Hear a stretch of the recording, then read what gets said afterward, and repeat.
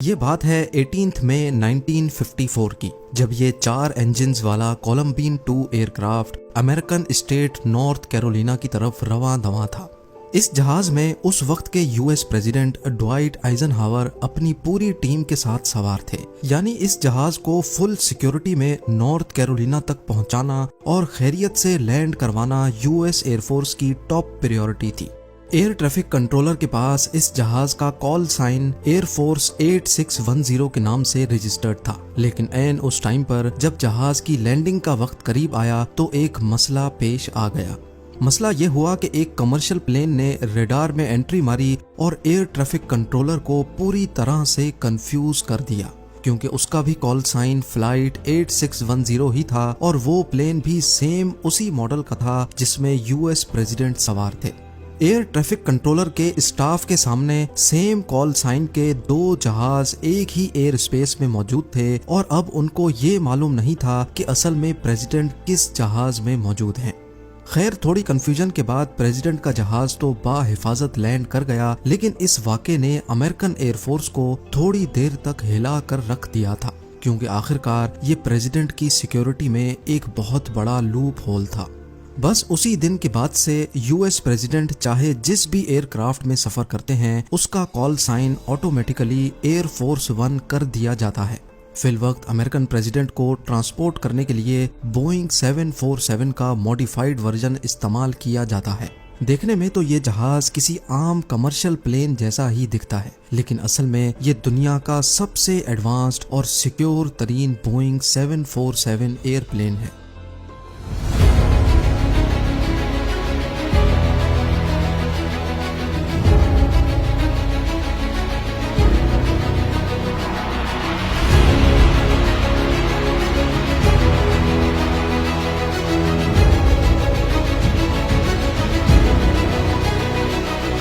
GeM TV की videos में एक बार फिर से खुशामदीद। नाजरीन, 6 स्टोरी बिल्डिंग जितना ऊंचा और न्यूक्लियर एक्सप्लोजन को भी बर्दाश्त करने वाले इस जहाज को सिर्फ 1 घंटा इस्तेमाल करने के $2,20,000 लगते हैं। यानी अगर लोकल करेंसी में बात की जाए तो तकरीबन ये अमाउंट 17 करोड़ बनता है, और वो भी सिर्फ 1 घंटे का।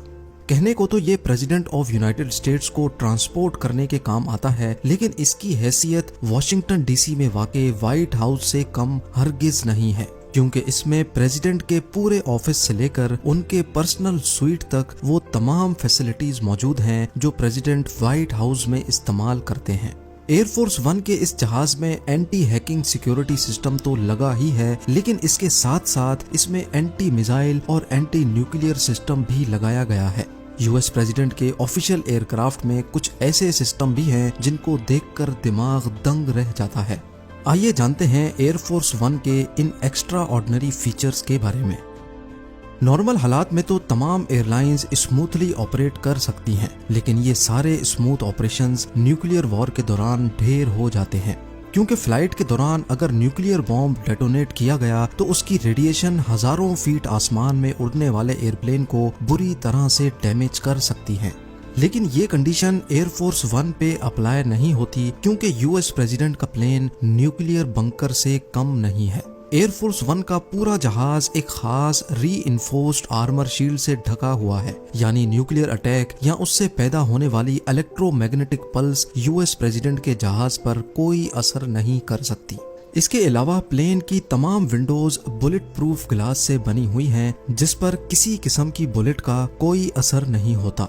वॉर सिचुएशन में यूएस प्रेसिडेंट का जहाज दुश्मन की टेरिटरी में आराम से घुस सकता है, क्योंकि इसमें state of the art jammer system लगा है जो जमीन पर हजारों मील दूर दुश्मन के रडार्स को जैम करने की काबिलियत भी रखता है। जिस तरह दुनिया के ताकतवर लोगों को जान का खतरा रहता है, इसी तरह ये खतरा यूएस प्रेसिडेंट के लिए मजीद बढ़ जाता है जब वो बाय एयर ट्रेवल कर रहे हों। नॉर्मली एयरपोर्ट पर खड़े जहाज की मेंटेनेंस कई थर्ड पार्टी कंपनीज करती हैं। जैसा कि सफाई का कॉन्ट्रैक्ट एक कंपनी के पास होता है तो लगेज लोडिंग का कॉन्ट्रैक्ट किसी और कंपनी के पास। इसी तरह प्लेन से उतरने के लिए स्टेयरकेस या टनल का इस्तेमाल किया जाता है, जो कि कोई और थर्ड पार्टी कंपनी ही ऑपरेट करती है। लेकिन एयरफोर्स 1 को इन थर्ड पार्टी कंपनी से हर कीमत पर दूर रखा जाता है। लैंडिंग के बाद उतरने के लिए इसमें अपना ही स्टेयर केस लगा होता है जो कि ऑटोमेटिकली खुल जाता है। इसी तरह बैगेज लोडिंग के लिए एयरफोर्स वन में अपना खुद का कन्वेयर बेल्ट लगा होता है जो प्रेसिडेंट के साथ ट्रेवल करने वाले स्टाफ के बैग्स को स्कैन भी करता है और खुद लोड भी करता है। नॉर्मल कमर्शियल प्लेन्स की तरह एयरफोर्स वन भी जब इस्तेमाल नहीं होता तो इसको हैंगर में पार्क कर दिया जाता है, लेकिन ये किसी एयरपोर्ट पर नहीं बल्कि इसको वॉशिंगटन डीसी के बाहर एंड्रयूज एयरफोर्स बेस पे सख्त सिक्योरिटी में पार्क किया जाता है। एयरफोर्स की ही एक टीम इसकी मेंटेनेंस करती है और जहाज को शॉर्ट नोटिस पे दोबारा उड़ान भरने के लिए हर वक्त रेडी रखती है। जब प्रेसिडेंट हो ऑन बोर्ड तो यूएस एयरफोर्स को हर किस्म की सिचुएशन से निपटने के लिए तैयार रहना पड़ता है और प्रेसिडेंट की जान बचाना इनकी टॉप प्रायोरिटी होती है, फिर चाहे इसमें किसी भी हद तक क्यों ना जाना पड़े। दौरान सफर किसी भी वजह से अगर प्रेसिडेंट की तबीयत बिगड़ गई तो उस सिचुएशन में प्लेन को लैंड करना और हॉस्पिटल की तरफ भागना कोई अच्छा ऑप्शन नहीं है। इसी वजह से एयरफोर्स वन में एक ऐसा कंपार्टमेंट भी बनाया गया है जो किसी हॉस्पिटल से कम हरगिज नहीं है। यहाँ फार्मेसी में हर किस्म की मेडिसिन्स मौजूद होती हैं, जबकि सर्जिकल लाइट्स के साथ साथ एक पूरा ऑपरेशन थिएटर भी मौजूद है। इस मिनी हॉस्पिटल में दिल की धड़कन को वापस बहाल करने के लिए electric shock device, suction devices, IV pumps और वेंटिलेटर जैसी फैसिलिटीज भी मौजूद रहती हैं। साथ ही साथ डॉक्टर्स और नर्सिंग स्टाफ भी प्रेसिडेंट के साथ ही एयरफोर्स वन में ट्रेवल करते हैं। एक एस्टीमेट के मुताबिक कमर्शियल फ्लाइट्स अपने फ्यूल टैंक के साथ नॉन स्टॉप 16 घंटों तक फ्लाई कर सकती हैं और उसके बाद उनको किसी न किसी एयरपोर्ट पे रीफ्यूलिंग के लिए लैंड करना ही पड़ता है। लेकिन अगर यही कंडीशन एयरफोर्स वन पे पेश आए तो वो नॉन स्टॉप कई दिनों तक भी फ्लाई कर सकता है, क्योंकि इसमें mid air refuelling system installed है।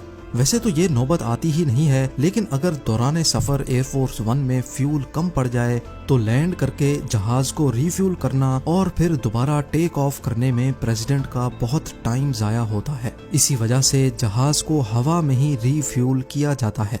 एयरफोर्स का रिफ्यूलिंग एयरक्राफ्ट पहले से प्रेसिडेंट के जहाज का इंतजार कर रहा होता है।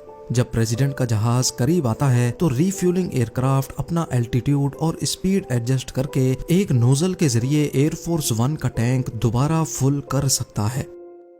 जैसा कि पहले भी आप जान चुके हैं कि एयरफोर्स वन चाहे जमीन पे हो या आसमान में, ये व्हाइट हाउस से कम नहीं है। इसमें एक पूरा मोबाइल कमांड सेंटर मौजूद है जिसमें total 85 telephone lines, high speed internet और दर्जनों टीवी स्क्रीन्स लगी हैं। ये सब तामझाम फोन पे गपशप लगाने के लिए नहीं बल्कि इस वजह से किया गया है ताकि अगर सफर के दौरान कहीं हालात खराब हो जाएं तो प्रेसिडेंट और उनकी टीम दुनिया के किसी भी कोने में फोन करके इंस्ट्रक्शंस दे सकें। साथ ही साथ टीवी स्क्रीन्स और इंटरनेट एक्सेस के जरिए प्रेसिडेंट जमीन के किसी भी हिस्से में होने वाली इम्पोर्टेंट मीटिंग में वीडियो कॉन्फ्रेंसिंग के थ्रू ज्वाइन हो सकते हैं।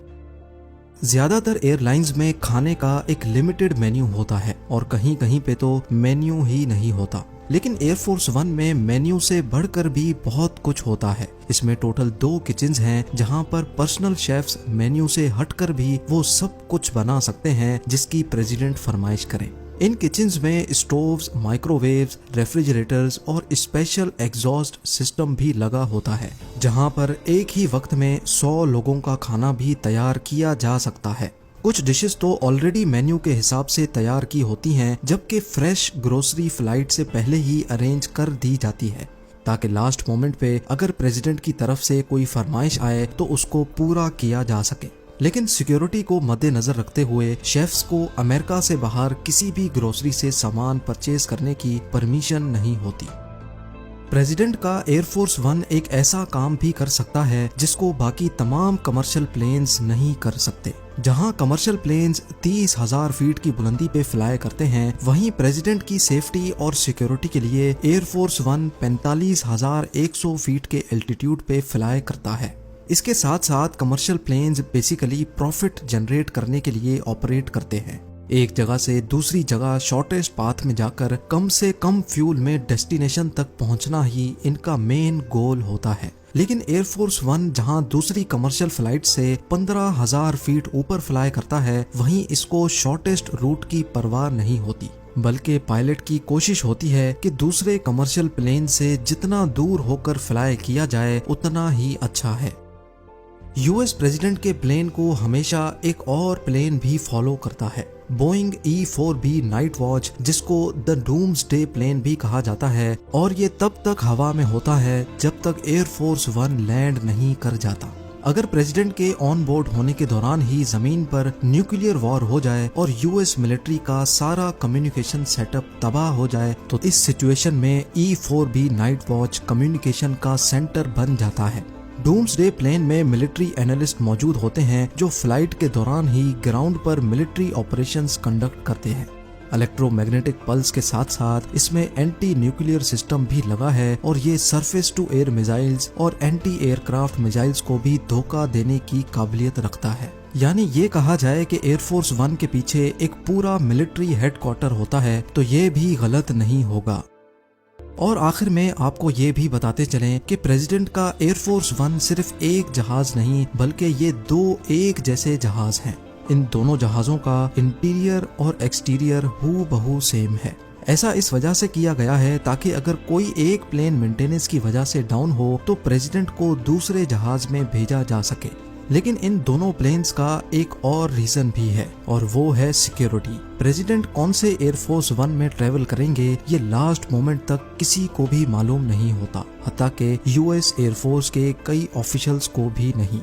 उम्मीद है जेम टीवी की ये वीडियो भी आप लोग भरपूर लाइक और शेयर करेंगे। आप लोगों के प्यार भरे कमेंट्स का बेहद शुक्रिया। मिलते हैं अगली शानदार वीडियो में।